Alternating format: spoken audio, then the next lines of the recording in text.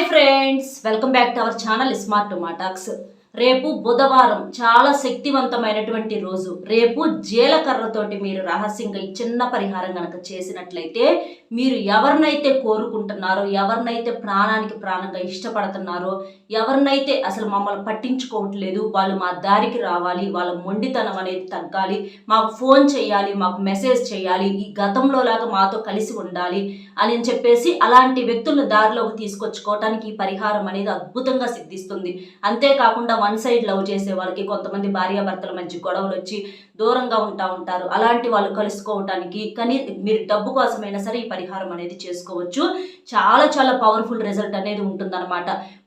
బుధవారానికి సరిసమానమైనటువంటి పరిహారం ఏదైనా ఉంది అని అంటే అది జీలకర్ర పరిహారం అని చెప్పేసి మనకు పరిహార శాస్త్రంలో చెప్పటం అనేది జరిగింది.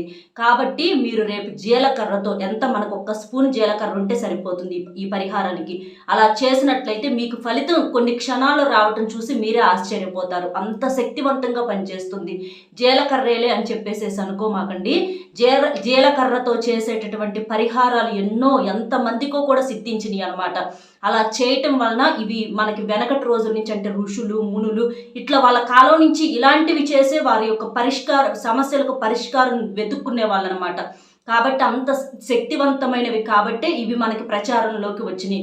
కాబట్టి చక్కగా రేపు మీరు జీలకర్ర పరిహారం అనేది చేసుకోండి. కాకపోతే కొన్ని చిన్న చిన్న నియమాలతో చేయాల్సి ఉంటుంది, అప్పుడు మీకు త్వరగా సిద్ధిస్తుంది. ఇది ఉదయం కానీ సాయంత్రం సంధ్యా సమయంలోనైనా సరే మీరు చేసుకోవచ్చు. ఇంకా మనకు సాయంత్రం సంధ్యా సమయంలో చేస్తే ఇంకా ఫాస్ట్ రిజల్ట్ అనేది ఉంటుందన్నమాట. ఇది ఆడవారైనా చేసుకోవచ్చు, మగవారైనా చేసుకోవచ్చు. కాకపోతే ఆడవాళ్ళు వచ్చేటప్పటికి ఆ 5 days చేయకూడదు, మిగిలిన ఏ రోజుల్లోనే చేసేసుకోవచ్చు, మగవారైనా చేసుకోవచ్చు అనమాట. కాకపోతే కొంచెం ఏదన్నా ఇంట్లో నాన్ వెజ్ అది వండుకొని తింటము, స్నానం చేయకుండా ఉండటము, నలుపు రంగు బట్టలు వేసుకోకుండా, ఇట్లాంటి చిన్న చిన్న నియమాలతో మీరు చేసినప్పుడు అద్భుతంగా సిద్ధిస్తుంది. అది ఎలా చేయాలి ఏంటనేది చూసే ముందర ఒక్కసారి ఇది వినండి.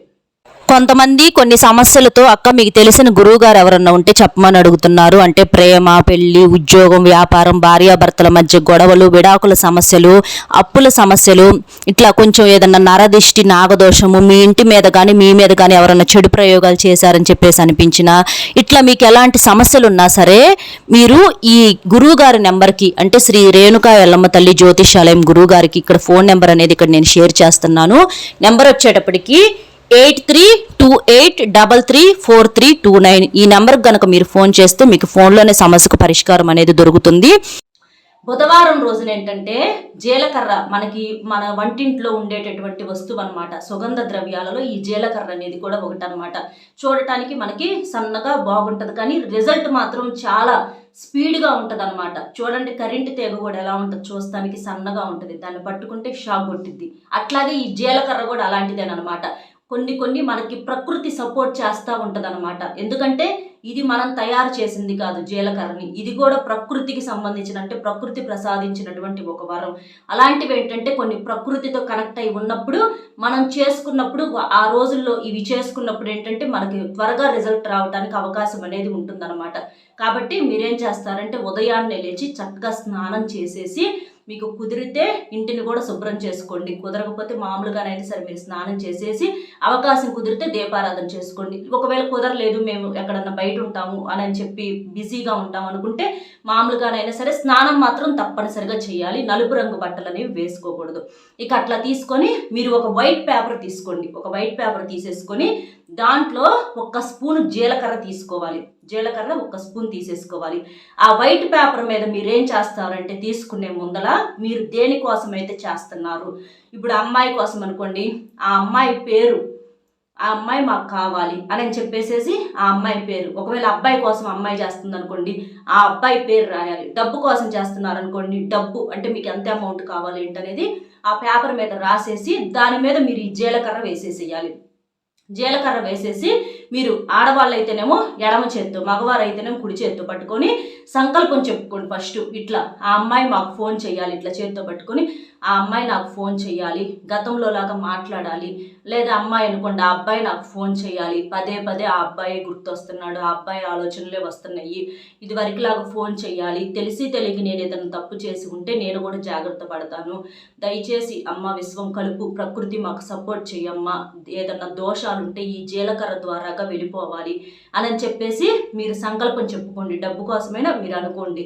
అట్లా అనుకొని చెప్పేసుకొని మీరేం చేస్తారంటే మీ తల చుట్టూతా, అంటే దాన్ని ఇట్లా చిన్న పొట్లంలాగా చుట్టేసేసి మీ తల చుట్టూతా ఎవరైతే చేస్తున్నారో, ఎందుకంటే సమస్య పోవాలని చెప్పుకున్నాం కాబట్టి, అలా చెప్పిన తర్వాత మీ తల చుట్టూతా కుడి నుంచి ఎడమకి 3 సార్లు, ఎడమ నుంచి కుడికి 3 సార్లు తిప్పేసేసుకొని, పేరు రాశారు కదా అలా తిప్పేసేసుకొని, ఇక దాన్ని మీరేం చేస్తారంటే ఒక మట్టి ప్రమిద ఉంటుంది కదా, ఆ మట్టి ప్రమిదలో ఈ పొట్లాన్ని పెట్టేసేసి దాని కింద 2 కర్పూరం బిళ్ళలు కూడా పెట్టేసేసి అగ్గిపుల్లతో గీసి వెలిగించేసేయండి.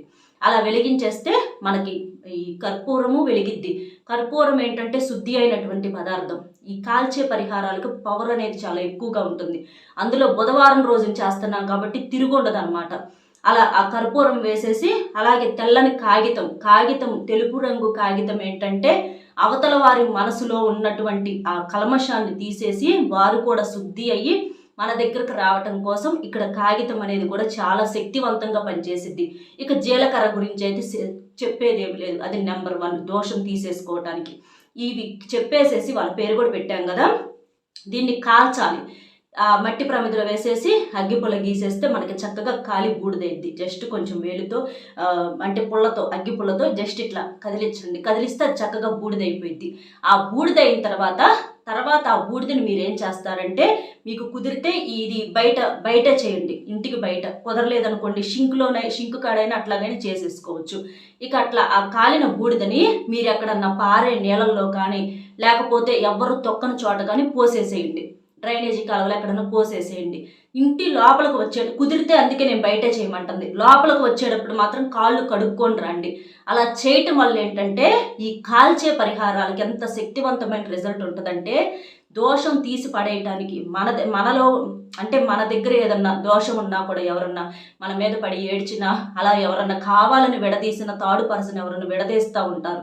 అలాంటి వాటి వల్ల దూరం అయినా సరే వాళ్ళని దారిలోకి తీసుకురావడానికి ఈ పరిహారం అనేది చాలా శక్తివంతంగా పనిచేసిద్ది అనమాట. అంటే ఆ సమస్య అనేది కాలి బూడిదైపోయి వాళ్ళు స్వచ్ఛంగా మన దగ్గరకు రావటానికి ఈ పరిహారం అనేది అద్భుతంగా సిద్ధిస్తుంది.